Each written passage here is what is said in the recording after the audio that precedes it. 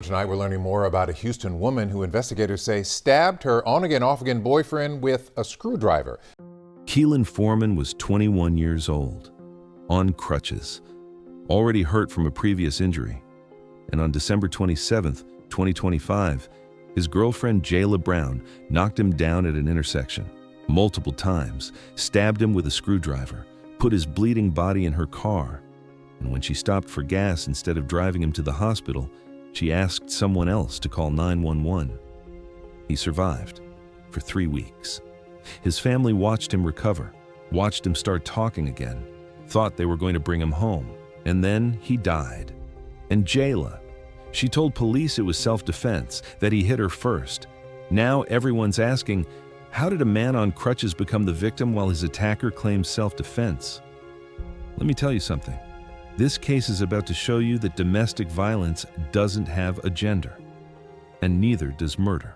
Welcome to Behind Dark Crime. This is where we tell the stories they wanted forgotten. Domestic violence, relationship murders, cases that went cold while families still wait for answers. Raw truth, no filter. If you're about that truth, subscribe and lock in with us. Now let's get into today's case. Texas as a whole has struggled with domestic violence. In 2024, statistics showed that intimate partner violence accounted for a significant portion of homicides across the state. Women killing men, men killing women. The numbers don't discriminate. But there's a narrative that often gets pushed, that domestic violence is one-sided, that it's always men hurting women, that women are always the victims and men are always the aggressors. And cases like this one, the Jayla Brown case, challenge that narrative in the most tragic way possible. Because on the night of December 27th, 2025, at that intersection in Northeast Houston, a 22-year-old woman attacked her 21-year-old boyfriend. A boyfriend who was on crutches, who was already injured, who couldn't defend himself, and she didn't just hit him, she stabbed him multiple times with a screwdriver. Keylan Foreman was 21 years old, and if you talk to anyone who knew him, they'd tell you the same thing. He lit up every room he walked into. His family described him this way. Everyone he was around, he made happier. He was the life of the party. That's who Keelin was. The guy who made people smile, the guy who showed up for people, the guy who protected the people he loved. His family said, Very protective, very protective. He did so much for everybody. Keelin wasn't perfect. Nobody is.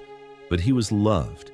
He had family who cared about him, friends who valued him, a presence that people noticed when he walked into a room. And at 21 years old, he had his whole life ahead of him. Plans, dreams, a future. But he also had something else. A relationship with a woman named Jayla Brown. Jayla was 22 years old. And according to court documents, she and Keelin were in what she described as an on and off relationship. On and off. That phrase tells you a lot. It tells you there were problems, there was instability, there were breakups and makeups, arguments and reconciliations. It tells you this wasn't a healthy relationship. This wasn't two people who brought out the best in each other. But hey, a lot of relationships are on and off. A lot of couples fight. A lot of people go through rough patches. The difference is, most people don't end up dead. We don't know all the details of Keelin and Jayla's relationship. We don't know how they met. We don't know how long they'd been together. We don't know what their good days looked like or what their bad days were like before December 27th. But we do know this. At some point before that night, Keelin had been injured. Badly enough that he was on crutches. Badly enough that he couldn't walk without assistance. We don't know how he got that injury. The sources don't say. But it's important. Because on the night he was attacked, he couldn't run. He couldn't fight back effectively. He was vulnerable. And Jayla knew that.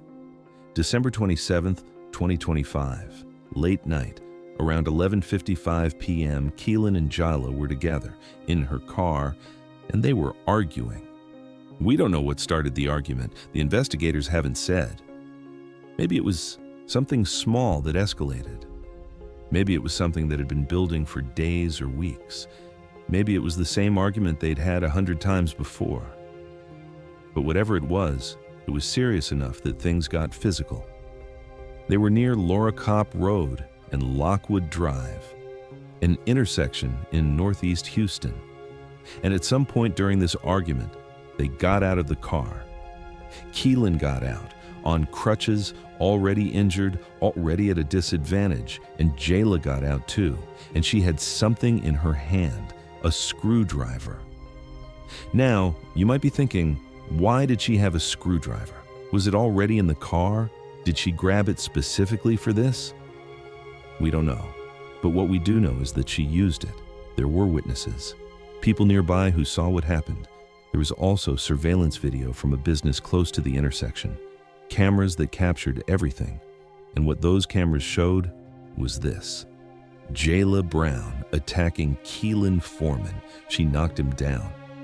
Man on crutches, a man who could barely stand. She knocked him to the ground. And she didn't stop there. She kept hitting him. Court documents say she knocked him down multiple times. He'd try to get up, and she'd knock him down again. And while she was doing this, she had that long, thin object in her right hand. That screwdriver. And then she stabbed him. Multiple times, in the face, in the head. Stab wounds that would later be confirmed by the medical examiner as the cause of his death. Keelan Foreman, 21 years old, on crutches, unable to defend himself, was beaten and stabbed by his girlfriend at an intersection in Houston while people watched. And when it was over, when Keelan was unconscious and bleeding, Jayla put him back in her car. Keelan was in the back seat of Jayla's vehicle, unconscious, bleeding from multiple stab wounds, and Jayla was behind the wheel. She drove, but she didn't drive to the hospital. She stopped at a gas station at 8899 East X Freeway. And she told people there that she didn't have enough gas to get Keelan to the hospital. Let that sink in. She had enough gas to drive from the intersection where she attacked him to a gas station, but not enough gas to drive to a hospital? Make it make sense. Instead of putting gas in her car and driving him to get help, Jayla asked someone at the gas station to call 911.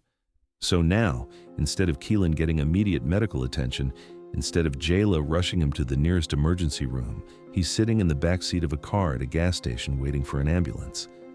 When police and paramedics arrived, they found Keelan sitting in the back seat, unconscious, bleeding, suffering from multiple stab wounds. Houston Fire Department paramedics rushed him to an area hospital. And that's when the real fight for his life began. The Houston Police Department's Major Assaults Division got involved immediately. This wasn't just a domestic dispute, this was a violent assault. Detectives arrived at the scene. They talked to Jayla Brown. She was still there. It was her car. She was identified as the owner of the vehicle, and Jayla had a story to tell. She told detectives that she and Keelan had been in an argument, that they were in an on and off relationship, that things got heated outside her vehicle. And then she said something that, if it were true, would change everything. She claimed that Keelan hit her first. She was saying it was self-defense, that she was the victim, that Keelan attacked her and she had to defend herself. It's a classic claim in domestic violence cases. And sometimes it's true. Sometimes people do have to defend themselves. Sometimes they fight back against an abuser and end up being the ones arrested or charged. But sometimes it's a lie. Detectives also talked to other witnesses who were at the gas station, people who'd been there when Jayla pulled up with Keelan unconscious in her back seat. Those witnesses said there had been an altercation in a parking lot at 8800 Lockwood Drive, that they'd found Keelan lying on the ground bleeding. So now detectives had multiple locations: the intersection where witnesses saw the attack, the parking lot where Keelan was found bleeding, the gas station where Jayla stopped instead of going to the hospital. And they had Jayla's claim that Keelan hit her first. But they also had something else: surveillance video. Detectives obtained video footage from a business near the intersection, a camera that had been recording during the time of the attack. And when they reviewed that footage, they saw the truth. There was no evidence of Keelan hitting Jayla. None. The video didn't show him attacking her, didn't show him being aggressive toward her. What it did show was Jayla hitting Keelin, knocking him to the ground, attacking him repeatedly while he was down, and doing it all while holding that long, thin object in her right hand, the screwdriver. Jayla's claim of self-defense? The surveillance video said that was a lie, but at this point, detectives were still investigating an assault case. A serious assault, yes, but Keelin was alive. He was in the hospital, and there was hope that he'd recover. Keelin was in bad shape. The stab wounds were serious. He'd been hit in the head, in the face. The injuries were severe. Doctors had to put a tube in his head. His left side was paralyzed. He was fighting for his life. But moving on, his family was there, at the hospital, every day, praying, hoping, waiting for him to wake up, to come back to them. Foreman's family says after the stabbing, he was slowly he started to recovering. improve.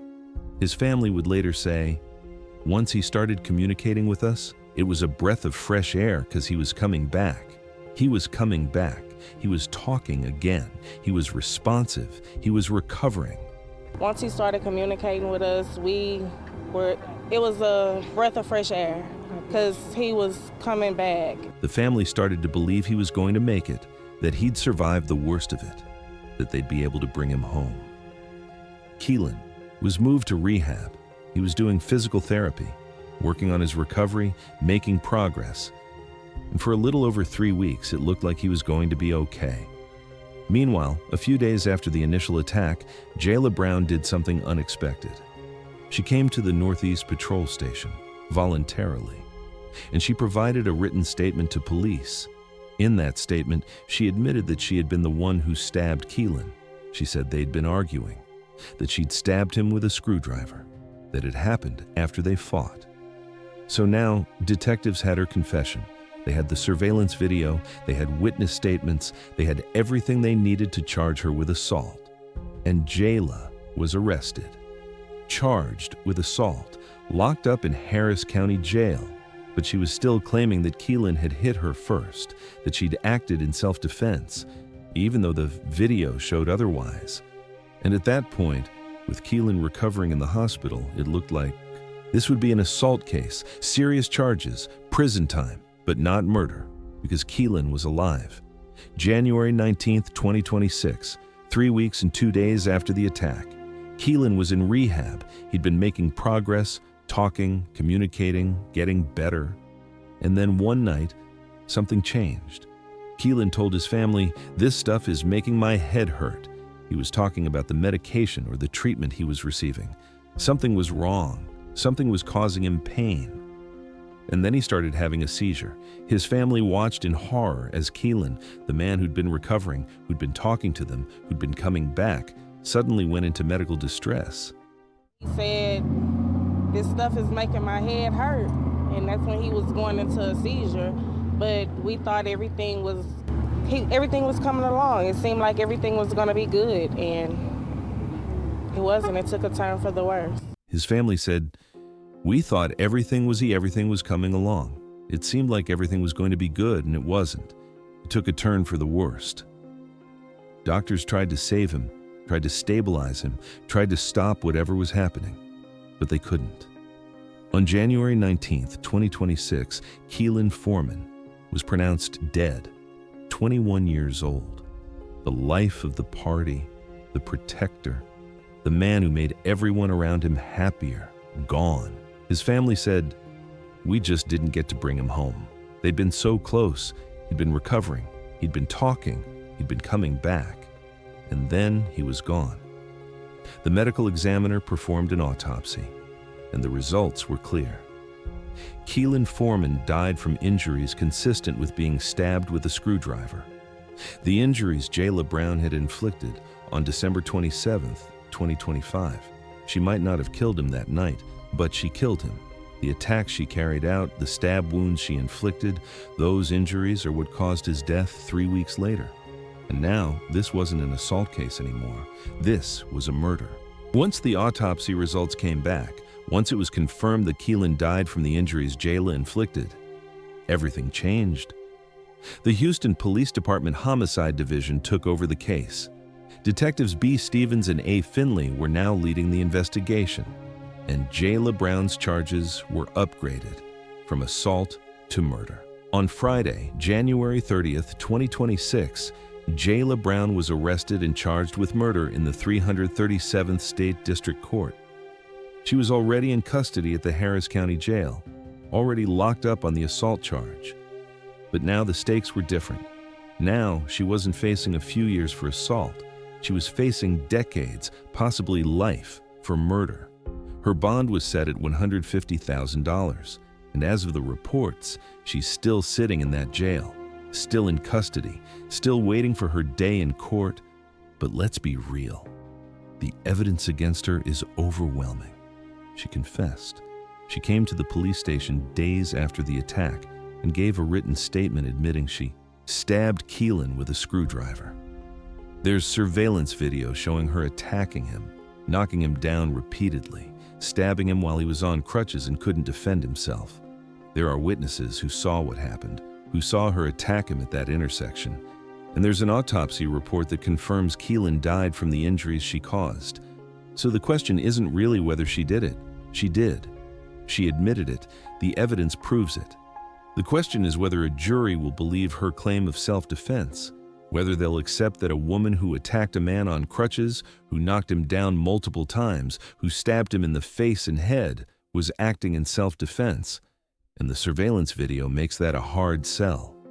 Because the video shows no evidence of Keelin hitting her first, no evidence of him being the aggressor, no evidence that would support her claim. While Jayla sits in jail, Keelin's family is trying to process a loss that doesn't make sense. They thought they were going to bring him home. They watched him recover for 3 weeks. They saw him start talking again. They heard him communicate. They felt hope. And then he was gone. Keelin was only 21 years old. He had his whole life ahead of him, and his family had to bury him instead of celebrating his recovery. They described him as a protector, someone who did so much for everybody, someone who made everyone around him happier. And now they're calling him their guardian angel, because that's all they have left. Memories, photos, stories about who he was and what he meant to them.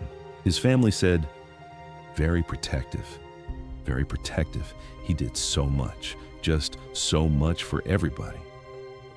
That's who they lost, not just a son, not just a brother, but just someone who showed up for people, someone who protected people, someone whose presence filled a room. And they lost him because his girlfriend attacked him while he was on crutches, stabbed him with a screwdriver, and then lied about it. This case raises questions that a lot of people don't want to talk about. Questions about domestic violence, about gender, about who we believe and why. Because here's the truth. When Jayla told police that Keelin hit her first, there were probably people who believed her without question, who assumed she was the victim, who thought, of course she was defending herself. He's a man. She's a woman. Men hurt women. That's how it works. But that's not always how it works. Domestic violence isn't one-sided. It's not always men hurting women. Women hurt men too. And when they do, they often use the same excuse Jayla used. He hit me first. I was defending myself. I was scared. And sometimes that's true. Sometimes women are defending themselves. Sometimes they are scared. Sometimes they are the victims. But sometimes, like in this case, it's a lie.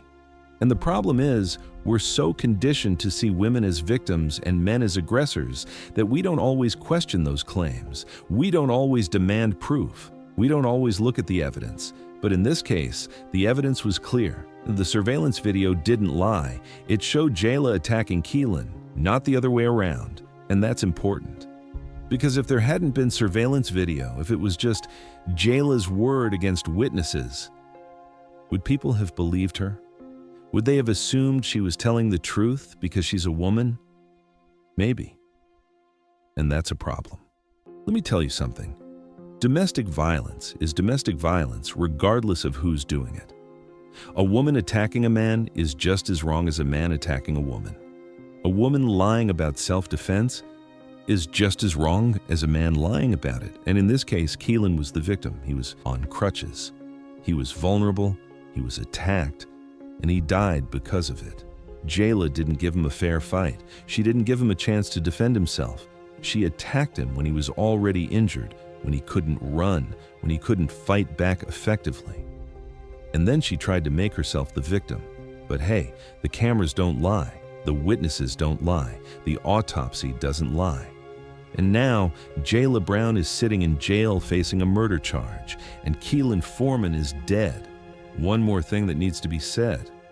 That excuse about not having enough gas to get Keelan to the hospital, that's nonsense. She had enough gas to drive from the intersection where she attacked him to a gas station, but not enough to drive to a hospital. Hospitals are everywhere in Houston. There are emergency rooms all over the city. She could have driven to the nearest one. She could have flagged down a police officer. She could have called 911 while she was driving, but she didn't. She stopped at a gas station, and she asked someone else to call 911. Why? Because she knew what she'd done. She knew Keelan was seriously hurt. She knew she was in trouble. And maybe she was hoping that by stopping at a gas station, by asking someone else to call for help, she could make it look like she was trying to save him, like she cared, like she wasn't the person who put him in that condition in the first place. But that excuse doesn't hold up. It never did. And it's not going to hold up in court. Keelan Foreman's legacy is the people who loved him, the family who described him as protective, as someone who made everyone happier, as the life of the party. That's what should be remembered about him. Not how he died, not the way he was attacked, but who he was when he was alive. And the lesson from this case? It's that domestic violence is real, regardless of gender. That women can be abusers too. That we need to look at evidence, not just believe claims of self-defense without question. And that surveillance cameras and witnesses matter. Because without that video, Jayla's lie might have been believed. Keelan might have been blamed for his own death. But the truth came out. And now, justice has a chance to be served. Keelan's family said he's now their guardian angel. And maybe he is. Maybe his story will make people think twice about domestic violence, about false claims, about who we believe and why. Rest in peace, Keelan Foreman. You deserved better than this. If this case made you think, if it challenged what you thought you knew about domestic violence, hit that like button. Subscribe to Behind Dark Crime if you haven't already, because we're not done telling these stories. These cases need to be heard. These victims need to be remembered. And maybe, just maybe, somebody watching will stop making assumptions about who the victim is based on gender alone. Drop a comment and let me know your thoughts. Do you think surveillance video should be required in domestic violence cases? Do you think Jayla's claim of self-defense holds any weight? What's your take? I'll catch you in the next one. Stay safe out there.